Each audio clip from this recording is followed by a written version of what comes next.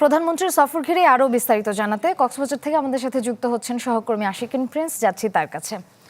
Prince, আজ তো প্রধানমন্ত্রীর কর্মসূচিতে অনেক কিছুই রয়েছে, তো পরবর্তী কোথায় যাবেন, পরবর্তী কোন আয়োজনে যাবেন তিনি?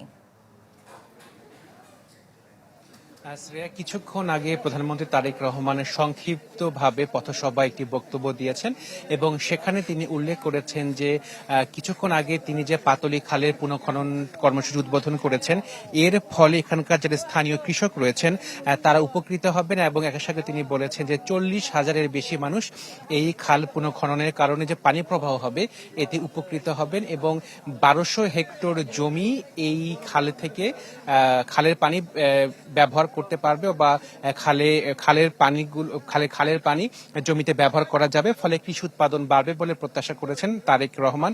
এবং যে বাজেটটি দেওয়া হয়েছে সরকারের পক্ষ থেকে, বিএনপি সরকারের প্রথম বাজেট, সে বাজেট নিয়ে বিরোধী দল যে সমালোচনা করছে সেই সমালোচনা করেছেন প্রধানমন্ত্রী তারেক রহমান এবং তিনি বলেছেন যে বর্তমানে বিরোধী দল যারা রয়েছে তাদের লক্ষ্য দেশের মানুষের পাশে দাঁড়ানো নয়, বরং দেশকে ষড়যন্ত্রের মাধ্যমে পিছিয়ে দেওয়ার পরিকল্পনা রয়েছে বলে বিএনপি যে সরকারের যে প্রধানমন্ত্রী তারেক রহমান তিনি সেই অভিযোগটি করেছেন। আপনি যে প্রশ্নটি করেছেন, প্রধানমন্ত্রী তারেক রহমান এখন তিনি সরাসরি চলে যাবেন ডুলা হাজরা সাফারি পার্কে, সেখানে তিনি ডুলা হাজরা সাফারি পার্ক পরিদর্শন করবেন। পরবর্তীতে তিনি ডুলা হাজরা সাফারি পার্কের পাশে যে মালুমঘাট এলাকা রয়েছে সেখানে বৃক্ষরোপণ কর্মসূচির উদ্বোধন করবেন।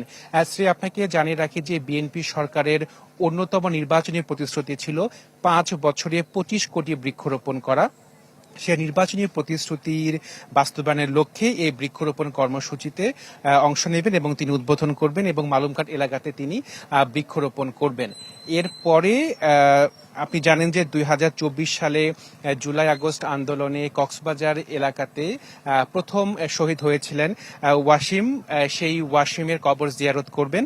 পরবর্তীতে তিনি পেকুয়া নবগঠিত পেকুয়া পৌরসভার ভিত্তিপ্রস্তর স্থাপন করবেন। একই সাথে তিনি নবগঠিত মাতামহর উপজেলার ভিত্তিপ্রস্তর স্থাপন করবেন। এরপরে মধ্যাহ্ন ভোজের বিরতির পরে চকরিয়া যে পুরো বাস স্ট্যান্ড রয়েছে সেখানে তিনি রাজনৈতিক জনসভায় ভাষণ দেবেন। পরবর্তীতে তিনি কক্সবাজার সদরে ফিরে আসবেন, সেখানে তিনি সুধী সমাবেশে বক্তব্য দেবেন। এর মাধ্যমে প্রধানমন্ত্রী তারেক রহমানের দিনব্যাপী কক্সবাজার সফর শেষ হবে।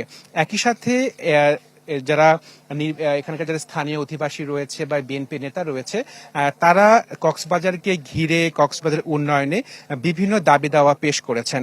তো সেই সব দাবি দাওয়ার বিষয়ে কথা বলবেন প্রধানমন্ত্রী তারেক রহমান এবং সেই দাবি দেওয়ার প্রেক্ষিতে প্রধানমন্ত্রী তারেক রহমান কি রকমের প্রতিশ্রুতি দেন সেটি জানার জন্য সবাই কিন্তু অপেক্ষা করছেন। বিকেল 4টায় যে প্রধানমন্ত্রী জনসভা হবে সেই জনসভায় প্রধানমন্ত্রী তারেক রহমান তাদের প্রতিশ্রুতি বিষয়ে, তাদের দাবির বিষয়ে কি প্রতিশ্রুতি দেন সেটি শোনার জন্য। শ্রেয়া, ধন্যবাদ প্রিন্স। দর্শক, প্রধানমন্ত্রী কক্সবাজার সফরের বিস্তারিত জানাতে আমাদের সঙ্গে যুক্ত ছিলেন আশিকিন প্রিন্স।